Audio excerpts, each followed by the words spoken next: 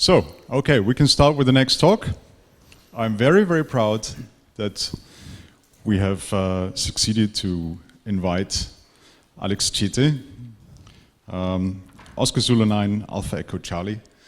My first experiments with GNU Radio and my USRP, well, I bought a USRP and didn't really know how to use it, and I followed his web pages, so he's actually my teacher on the web.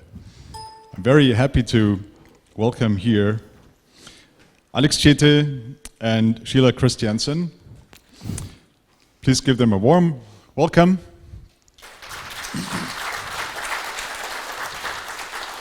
With their talk on SDR Makerspace, the evaluation of SDR boards and toolchains and the realistic conditions from an open source satellite communications point of view. Let me also point out that Alex Csete is also the author of GQRX, a very, very useful program many of you probably have been using, and the interfacing between the RTL SDR stick and many other things, but I think he's going to tell you himself. Thank you. Please. Good morning, everyone, and thanks for joining us for this presentation. So my name is Alex, and this is Sheila, and today we are here on behalf of LibreSpace Foundation to talk about some really cool projects we are doing together with the European Space Agency. We are going to talk about evaluation of SDR boards and toolchains, which basically means SDR hardware and software. And today we are going to focus on some of the hardware tests. It's an ongoing project, so still work in progress. The results you are going to see are preliminary. And this is a small part of a larger project called SDR Makerspace, which is the actual collaboration between ESA and LibreSpace Foundation. I think pretty sure all of you know the European Space Agency, so they don't need any introduction. But LibreSpace Foundation is a non-profit organization founded in 2014 with the purpose of creating and promoting open source technologies and for the space industry. And to that end, we are developing a lot of infrastructure, ground and space, building satellites, and doing high-power rocketry, amongst others. The biggest and most well-known project, I would think, is the SatNOX network. It stands for the Satellite Network Operated Ground Stations. It is a global network of satellite ground stations operated mostly by radio amateurs, such as yourself. And the idea is that when CubeSat or university teams, for example, build a CubeSat and want to communicate with it, instead of having just one or two ground stations, they can have access to a whole global network of ground stations, and that way increase coverage. As you can see on this map shows, it's a few days ago, it was the status of the network. The green dots show the active ground stations that are currently receiving data. The orange dots are ground stations that have been set up and are being tested. So, sorry. Back to the project, SDR Makerspace project is, by the way, I want to mention, we have a booth for LibreSpace Foundation in Hall A1, so please come and have a look if you are interested in hearing more or maybe joining the network. Now, the SDR Makerspace project, as I mentioned, is a collaboration between the European Space Agency and the LibreSpace Foundation. And the primary objective is to create a pool or a portfolio of open source technologies and hardware and software projects that can be used in future space missions, CubeSats and well, even larger satellites. It runs for about 14 months, started last year. It will end October, November this year, we expect, and has a total budget of about 500,000 euros. And unlike the traditional space industry where work is being done according to some very strict standards and processes, we try to be a little more like the maker culture, you know. They try to run many small projects and do them fast and iterate several times if necessary. So have many small projects, get some results very quickly, and move on to the next. And that way we get many small projects that may fail, but also many projects that will give some very useful results.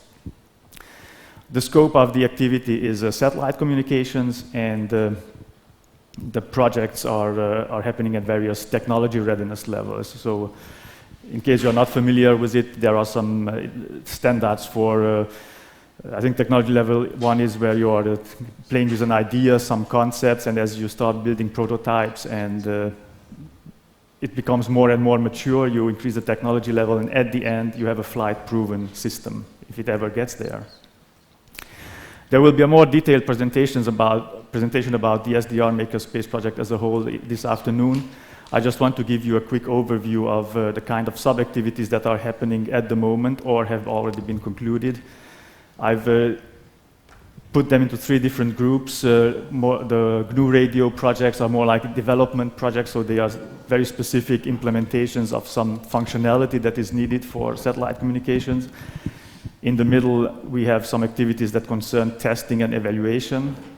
And we also have some more R&D type or cutting-edge development and research projects like direct sampling at very high bandwidths and AI and machine learning and neural networks.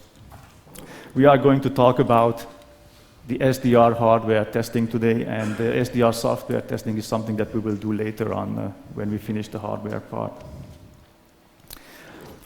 Yeah, I think we'll skip this one.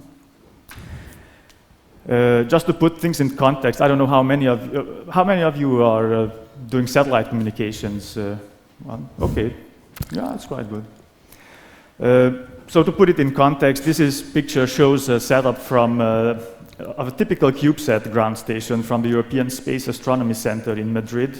So this is ESA, operated by ESA. And if we hope you can see up here, they have 2 antennas directional antennas for VHF and UHF on an azimuth and elevation rotator. Down below in the room, they have a rack with some electronic equipment, antenna rotator, amplifiers, power supplies. And you cannot see it, but I can tell you that these 2 things here are 2 HackRF devices that they use for the 2 bands, VHF and UHF. And preferably, they of course run some open source software to control all that. Not always the case, but we are working on it. So the reason that satellite communication as a scope is relevant, because that sets some constraints on the parameters or specifications that we are interested in. We will not be concerned about shortwave radios because all satellite communication today happens above 130 megahertz. We will also need at least a few megahertz of bandwidth to be really generally useful, even though most CubeSats will transmit just maybe 50 to 100 kilohertz bandwidth. The newer ones, or those who use newer technologies, use more and more bandwidth, and also often we are interested in receiving the whole band. When they launch multiple satellites, it's good to be able to receive and record the whole band and analyze it later on. The receivers we are looking at can be both single channel, but as you know, there are also multi-channel devices that simply have 2 or even more parallel hardware receivers integrated on the same board that can run in parallel. And that can be very useful, again, if they, in particular, if they can run on 2 different bands, then one can receive VHF, the other one can receive UHF at the same time. The transceivers we are interested in are or should preferably be full duplex, because when we are communicating with satellites, the satellite both transmits and receives at the same time. So instead of having 2 radios, we would prefer to have 1 single radio that can do that at the same time. And since we are promoters of open source technologies, we really want all the hardware and software to be at least be open source friendly. Software should be open source, but hardware, that's a little bit unrealistic maybe. So, but at least open source friendly. So no NDAs, preferably no closed source software drivers. So that's at least the goal. When we evaluate the the devices, the SDR devices, we have several criteria to look at. First, we have some generic parameters that we can evaluate just by looking at the data sheets, right? How much frequency they cover, how many bands. Usually it's important to look at the frequency stability and phase noise of the oscillators, because that's often where the first place where they start saving on the cost, on the manufacturing costs. And when we get up to UHF and even microwaves, even a little frequency offset can become a problem. So the better, or the more accurate, the better. How much bandwidth they can receive or transmit, their temperature range. Even though most of the things we develop here will be used in the ground segment, temperature range can still be relevant, because when we create a ground station, we maybe create an integrated unit somewhere outside in the box, closed, and some places the temperature can go from -20 to +60 degrees. So we need at least industrial temperature range tolerance to make it really useful. And of course, the cost and the availability of the device is also very important. Then there are the or the receiver and transmitter specific parameters, and these are usually the ones that we are going to test and measure using instruments. For the receiver is the noise figure, or the sensitivity, as some of you may know it, dynamic range, spectral purity. I think all of you who have tried to use the SDRs have noticed that as soon as you connect it to the PC, you have a lot of unwanted spurs and disturbances, and yeah, you can do many things to clean up the spectrum and not have so much noise from the computer, but at some point you just have to say, okay, this is it, this is how good it can work, and we just have to use it like that. In case of multi-channel receivers, it's also interesting how good the isolation is between the channels, how strong a signal on one channel will influence the other channel, and things like that. For the transmitter, the output power, dynamic range, again, spectral purity of the transmitted signal. That's maybe even more important than for the receiver, because when you're transmitting, you actually have to fulfill the requirements by the law, right? And of course, the cleanness of the signal, the modulation error ratio, and EVM. Taking all this into account, we came up with, or we ended up with this list of parameters. With this list of devices, as you can see, these are both receivers and transmitters. It's not a definitive list. If suddenly next week a manufacturer comes out with a new relevant device, we'll just take it in and test it if it's interesting. This is what we are looking at right now. All of you know the RTL SDR dongle, right? It's a $20–25 device. We're trying to use the most predictable one, because the problem with these are that when you buy it from two different sources, you will get two different devices with two different specifications. So we are sticking to one supplier. The AirSpy Mini, I think some of you know, it's very similar in the design, but still it was manufactured to be a software-defined radio, so therefore it's a more predictable quality you get there. The SDR Play RSP Duo receiver is a dual-channel receiver, so that's why it's very interesting for satellite communications. As I mentioned, we would like to receive two bands at the same time. And then afterwards, the transceiver devices, the Lime SDR Mini, Pluto SDR, Blade RF, and USRP B210. They are a little different, but as we'll see shortly, they also have a lot in common. Just to take a quick look at the receiver architectures, because interestingly, they are very similar, all of them. We have a silicon tuner, followed by an analog-to-digital converter, and finally an interface to the host computer.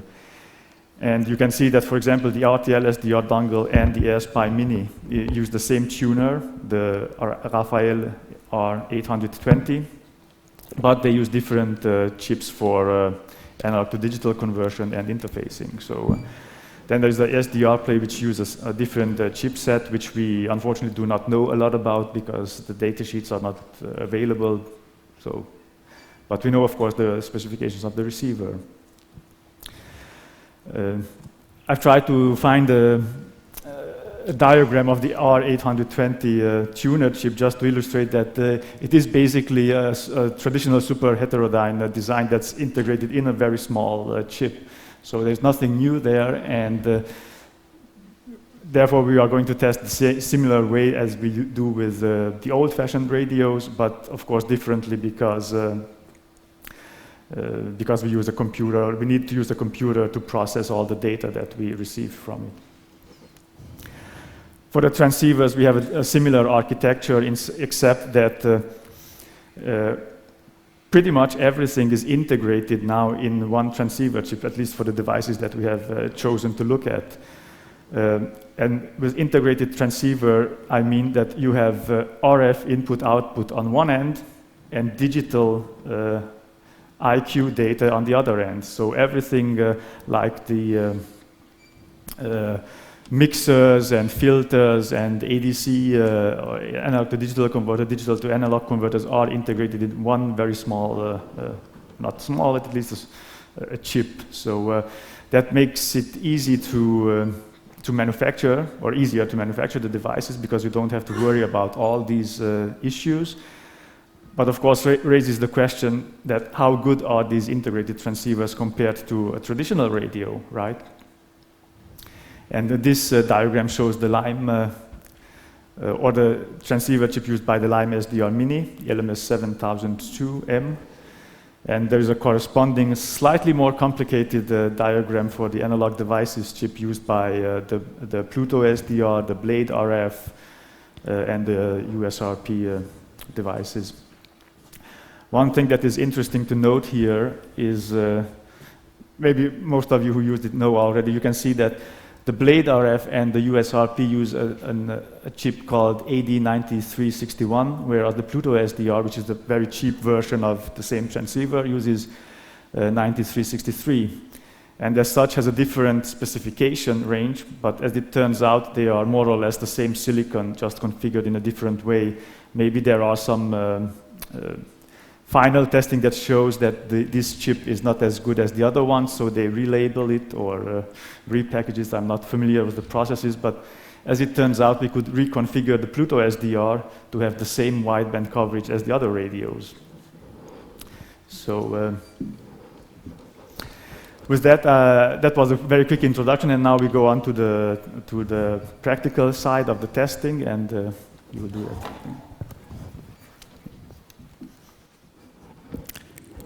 So, oh, it's a little loud.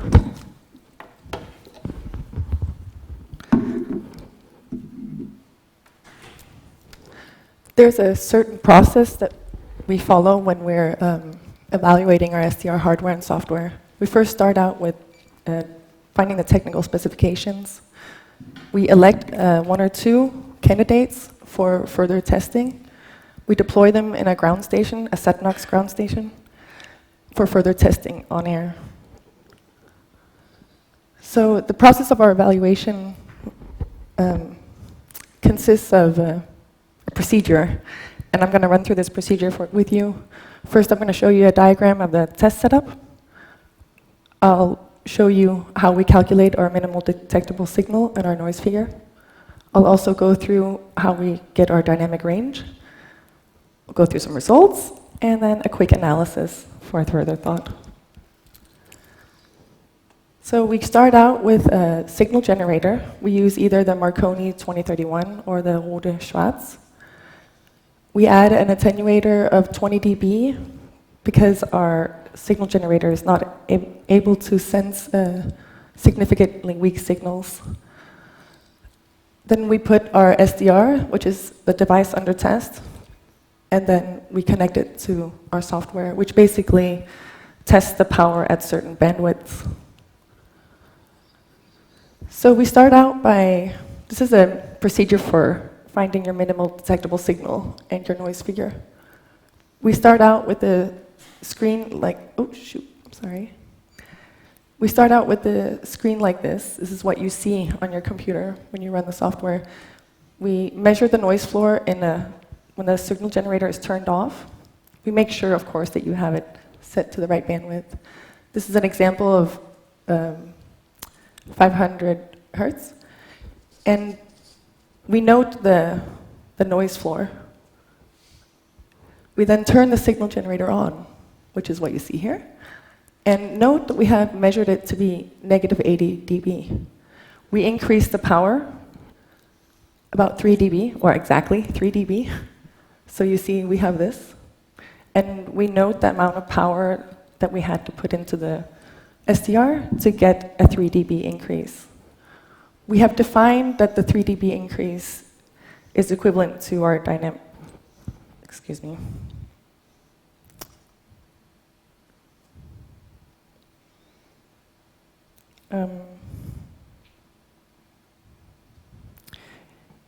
Yeah, we have defined our minimal detectable signal as the signal that leads to a 3 dB increase in the measured power. So that's why we do that. In a similar manner, we measure our dynamic range. We also start, we measure dynamic range in a similar way, with the difference being that the test signal is outside the measurement signal. Oh, shoot. Messing up with this remote. We have another signal next to our measured signal, about 4 different variances. One at 1 kilohertz, 5 kilohertz away, I'm forgetting her, 3 kilohertz away, yeah. 100 kilohertz away, 500 kilohertz, and 1 megahertz. As you can see on the screen on your right, when we turn the generator back on and increase the power until we register a 3 dB increase, at this point, we measure the power in and subtract our MDS to get the dynamic range. So I'm going to go through some results for you. This is going to be a lot of graphs. And depending on what you're interested in, you'll want to keep an eye on these colors. They change for each graph. So this is our noise figure versus gain for the AirSpy Mini. This is the noise figure versus gain for the RTL SDR. And here we have some results for dynamic range versus gain at 145.5 megahertz. You can see that as we get to the higher gains, the dynamic range at our at 1 megahertz away, the constant, well, it's not constant any longer. So we're kind of losing our dynamic range when we turn up the gain. We see this trend continuing when we have a signal 1 megahertz away. We have some thoughts on why this is happening. I'll go through that when we analyze in the analysis. So again, we have these at different frequencies. We measured 145, 437, and at 1 giga. We found that the RTL dongle stayed much more constant, even when we turned up the gains. It didn't matter how far away our other signal was, it wasn't perturbed by it. So this was quite nice. The reason why we have a strange looking curve here is because we have some data points missing. We're not done experimenting, and we wanted to get some more results so that we could present you guys with some results. So we took some intermediary measurements. And again, you see that even at 1 giga, it still stays pretty much constant. It almost looks made up, these results. So we have some surprising noise figure on the AirSpy Mini and the RTL, mostly on the AirSpy Mini, actually. The AirSpy datasheet noise figure is listed to be 3.5 dB. So we were wondering, why do we not get similar results for noise figure versus gain? We have a couple of hypotheses.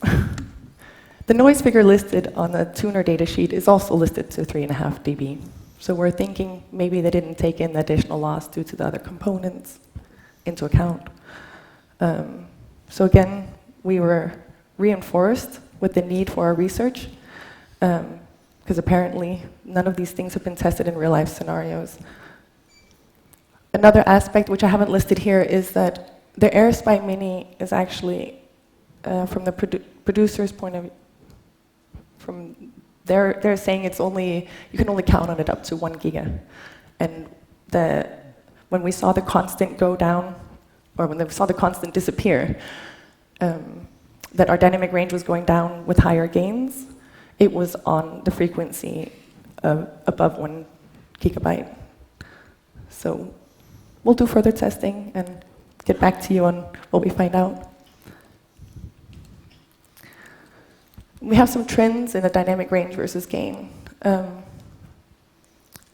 Like I said before, with the dynamic range is mostly constant over the full gain spectrum, except at the 1 megahertz, when we go above 1 gigahertz. At higher frequencies, the constant trend tends to continue into higher gains. It's not much, but still significant enough to notice. We're wondering, will this trend continue at even greater distances? If we have time, it's not part of our scope, but if we have time, we would like to research this and investigate it further. And then also, as you saw, we had some suspicious measurements on the first 10 gains on the AirSpy Mini. It could be because we're above 1 giga, but it could also be because we need to retest those first 10 gains. So to finish up, we are testing SDR devices under realistic conditions, which we now have seen is very much in need. We're developing open source test software, and we're aiming for simple and reproducible test setups that can be readily available for the regular person, hobby enthusiasts, people like you and me.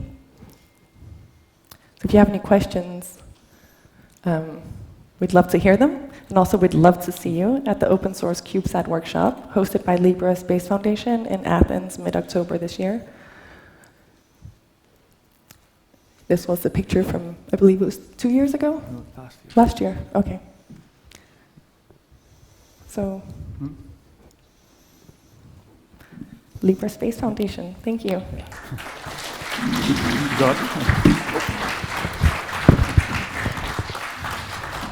I think I forgot to mention this with the realistic conditions is that we are not trying to do measurements that confirm the datasheets done in EMC isolated rooms or whatever. What we are trying to measure is how these devices perform when we, with our setups, use them. So a PC, a Raspberry Pi, whatever things we have, computers in our houses and things like that. So, of course, we are doing our best to have as little noise as possible, but we are not going to the extremes because that's not useful information, or not, at least from our point of view. So, yeah. I don't know how we are on time. We have one extra slide to talk about this test software for a few minutes, if anybody's interested. We have 10 more minutes. Okay, so I can 10 minutes for questions and your extra slide, of course. Okay, so just a quick diagram of the actual test software, just to show how simple it is. We have the SDR device, which delivers the IQ samples at preferably full rate or as high rate as practically feasible. We have some input decimation to reduce the rate. Then we have a spectrum view, which you saw on the screenshots. Then a digital down converter to select a channel where we measure, and 500 hertz bandpass filter and RMS power measurement. So that's a test software which will be open source and easy to use, easy to install. And the other thing is needed was the relatively good signal generator, not necessarily expensive, just well calibrated, and attenuator and things like that. Hopefully, all the measurements can be done this way, and so in the future, when new devices are made available, people can measure them for themselves. So that's one of the extra outcomes we hope for from this project. Yeah. So, are there questions?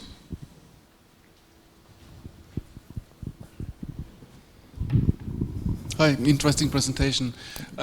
What are the error bars on your graphs? It would be very interesting to see error bars because sometimes it's not clear if it's significant, the difference you show. Yeah, it's a very good point, thanks.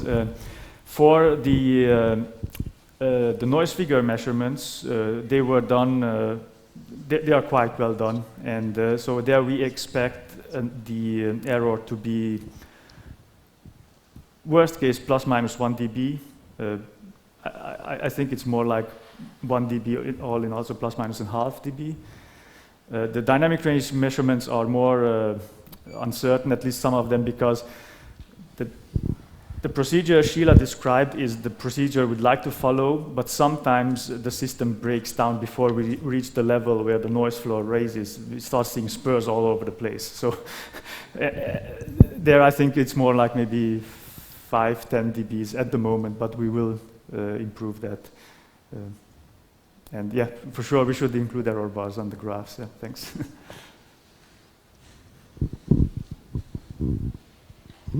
Yes, hello, Robert, EL5RT. One question, did you test transmitters also on the Lime SDR or something, for instance? Not yet. We are still very early in the process, or the devices we have tested is the AirSpy and RTL dongle. The rest will follow soon, so it's a work in progress.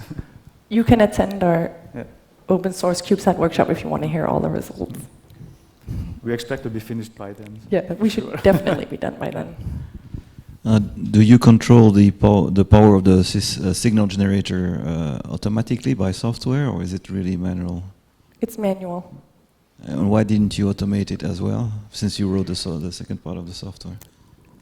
She asked it. I try not to automate too much of my experiments. I feel that you have to be careful with too much automation. So that's my personal opinion. It would probably make sense if you want to have a lab where people can test it ongoing, that's for sure. But I think the automation would also require to interface to a specific signal generator, or will require different interfacing. And yeah. With an automation, you also are assuming things. So you have to be really careful what you're assuming. And then I'm the only one doing the experiments, and I'm the constant. My SDRs are constant. I pack them away every night. I use the same cables. I'm very pedantic with my experiments. So I have a root mean square, and that's about as much automation as I elected for, and I can toggle it so it's between 1 second to 20 seconds. And even this, I have a hard time leaving it at a constant root mean square. I'm constantly toggling it back and forth to make sure that my measurements are correct. So you can really trust our results when you get them. Any other questions? Pierre Bingley, nice presentation. One question, what is the name of your test software and how we can get in? It's not available yet, it's still a work in progress, because one of the things that we want to do is to have, I like to say, zero dependencies, so only depend on the device drivers, so we have to implement this interfacing, but it will be available. Actually, the project results are already on the web, or publicly available as we make them, the documents and reports, and the test software will be there as well. So if you start on the website SDR Makerspace, you can get to this particular subactivity.